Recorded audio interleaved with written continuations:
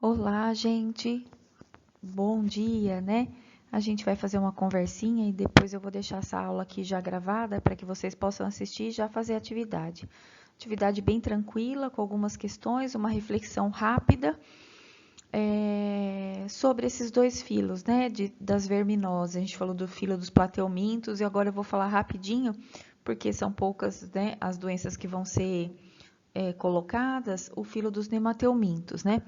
Os nemateumintos, diferentes dos plateumintos, eles são vermes cilíndricos, né? Enquanto os outros eram vermes achatados, a gente tem agora os nemateumintos como vermes cilíndricos, né? Mintos, vermes, nematofilamento. Vamos lá falar de três doenças bastante importantes, muito incidentes, né? Principalmente em regiões onde o saneamento básico é pobre ou inexistente. Ok? Vamos lá. A ascaridíase, né, ou a lombriga, a famosa lombriga, né, a gente pega essa verminose cilíndrica, como vocês estão vendo, ele parece até uma minhoquinha, né, ela inicialmente é pequena, ela vai crescendo e vai tomando proporção dentro do nosso intestino. É importante dizer que muitas vezes, as lombrigas, a ascaridíase, ascaridíase, ela tem um ciclo pulmonar que a gente chama de síndrome de Loeffler. Muitas vezes as crianças começam com tosse, expectoração, e essa tosse é muito produtiva, a criança tosse muito, é porque o verme ele passa por esse ciclo pulmonar, ele consegue se reproduzir em parte do pulmão e depois ele volta para o intestino. Ele faz uma captação de oxigênio, né, para voltar para o intestino, tá? Como é que a gente pega? Lavando, né? A gente previne lavando cuidadosamente as frutas e verduras, não ingerindo, né, água se a gente desconhece a fonte, porque eu posso conter ovos dos parasitas em frutas, legumes e verduras, né? E a utilização de água contaminada também pode fazer com que a gente faça a ingestão dos ovos da lombriga.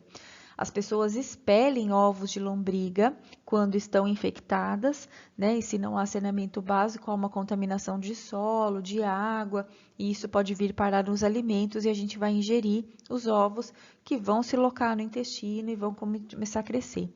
É importante dizer que esses vermes, eles crescem de uma forma rápida e como vocês estão vendo aqui, que pode até fazer obstrução do intestino. A obstrução do intestino pode levar a uma síndrome grave, né? A pessoa pode ter que ir para o hospital, tirar parte do intestino, a gente chama de bolo lumbricoides, tá? Aí a remoção desse bolo só se faz no centro cirúrgico, através de cirurgia, com a remoção da parte do intestino que foi acometida, né? Vermes no intestino podem causar hemorragia, anemia, né? As pessoas podem ficar frágeis, pode romper, o verme ele pode começar, ele vai espoliando tanto o intestino, porque ele fixa no intestino e vai ali comendo, vai absorvendo sais minerais, a comida que a gente vai comendo. É por isso que a gente fala que as crianças que têm lombriga às vezes comem demais, né? Aquela famosa não é que não é lenda, né? Que as crianças que têm um déficit com anemia, elas começam a comer, a raspar tijolo, comer terra, né? Isso justamente pela escassez de vitaminas que podem ser causadas por vermes, tá? Hoje em dia, é claro que a incidência não chega a esse nível que a gente está vendo, então, quando tem grande quantidade de vermes, a criança pode sentir muita dor abdominal, né? A criança não, só pode ser adulto também. E o verme, ele pode começar a querer sair pelas vias aéreas, como a gente está vendo aqui, via aérea e boca, tá?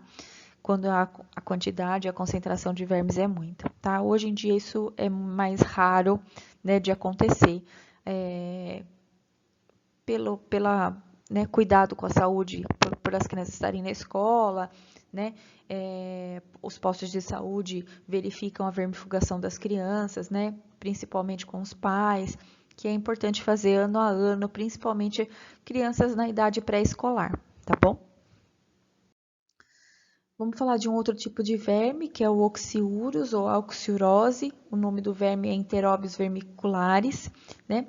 Esses vermes são pequenininhos, diferente dos anteriores, né? Que parece uma minhoca, né? Eles vivem também no intestino grosso, mas na porção final do intestino. E eles gostam de, durante a noite, esses vermes, eles colocam os ovos que procuram lugares mais quentes. E aí é muito comum eles se localizarem no ânus, no intestino. Provoca bastante coceira nesse local, né? E por isso a reinfecção é muito grande, né? Principalmente em crianças, mas é claro que também isso acontece em adultos, né? As crianças acabam coçando, os verminhos ficam embaixo das unhas e a hora que se coloca a mão na boca ou se leva o alimento à boca, ocorre uma reinfecção.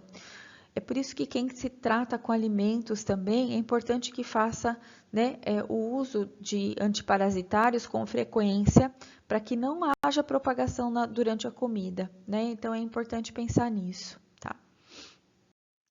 Aqui tem o ciclo, né? Então a pessoa se coçando durante a eliminação de ovos, né? Principalmente à noite, a coceira geralmente é mais noturna, né? Os ovos, eles podem, pelas mãos das pessoas, contaminar os alimentos ou provavelmente fazer a própria reinfecção através de colocação da mão na boca, tá? Sintomas: coceira, irritação, diarreia e vômitos também. Aqui a gente está vendo uma colonoscopia e um vermezinho locado ali numa parte, porção final do intestino, tá? O uso de remédios, né, vermífugos, e hoje em dia a gente tem uma gama enorme disso, faz a eliminação desses vermes. O problema é que às vezes a gente tem que fazer uma continuidade no tratamento, né, para ver se realmente eu eliminei todos os ovos, se minhas fezes não contêm mais ovos de vermes. É importante fazer isso, tá? Aí a gente vai falar em que a gente vai ter no meio dessa transmissão um mosquito.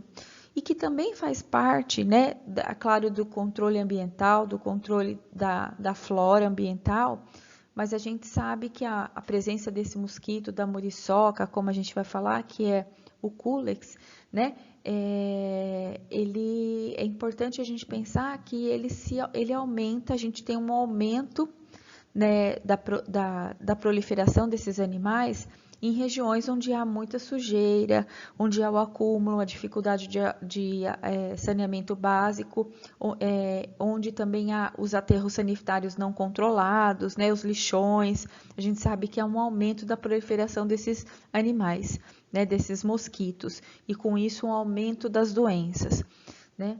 Vamos falar então da filariose ou elefantíase, provocada por um verme também cilíndrico chamado Escherichia Bancroft, né? Aqui vocês estão vendo esse verme. Elas gostam de se alojar nos vasos linfáticos e estruturas diversas do corpo humano, principalmente bolsa escrotal, mama e membros inferiores, tá? Os vasos linfáticos, eles transportam a linfa, eles são responsáveis pela drenagem dos líquidos do nosso corpo. Quando esses vermes se alojam nessas regiões, acontece o quê? Acontece uma obstrução dos vasos linfáticos e com isso um edema, que a gente chama de linfedema, né? E se está obstruído, eu não tenho a drenagem, então esse líquido começa a ficar contido naquele espaço. Então é muito comum em bolsa escrotal, como vocês vão ver algumas fotos, na região dos seios nas mulheres ou nos membros inferiores, tá bom? Por obstrução dos canais linfáticos. Vamos falar do ciclo da filariose, né? Então, ó, o mosquito picando o homem e aí ele injeta, né? Dentro, né? Sai na larva saindo pela prosbópside do mosquito, a injeção, né? Do parasita. E aí a gente tem também o paciente infectado com obstrução dos vasos linfáticos e doentes da filariose. Há tratamento para a filariose, o problema é que a reinfecção às vezes é muito presente, tá? E a pessoa se reinfecta continuamente. Em áreas em que eu tenho doente, eu tenho uma maior probabilidade, né? Porque acontece a infecção. Então, eu pico uma pessoa doente e aí eu injeto em outras pessoas. Então, por isso que o controle desse mosquito no ambiente deve ser mais eficaz em lugares onde eu tenho uma maior incidência de doentes com elefantíase, tá? Que é comumente chamada. Aqui que vocês vão ver os sintomas, então é a obstrução dos canais linfáticos, aqui a gente está vendo de uma parte do rosto, né? Tá vendo da região escrotal e do membro inferior. Então, ele se aloja nessa região linfática, nos vasos linfáticos, fazendo obstrução e, com isso, um aumento na contenção de líquido, tá? No Brasil, a gente tem áreas ainda endêmicas de Escherichia bancroft, de elefantíase, são áreas metropolitanas do Recife, né? Por conta da presença do mosquito e de falta de controle ambiental desse animal, tá?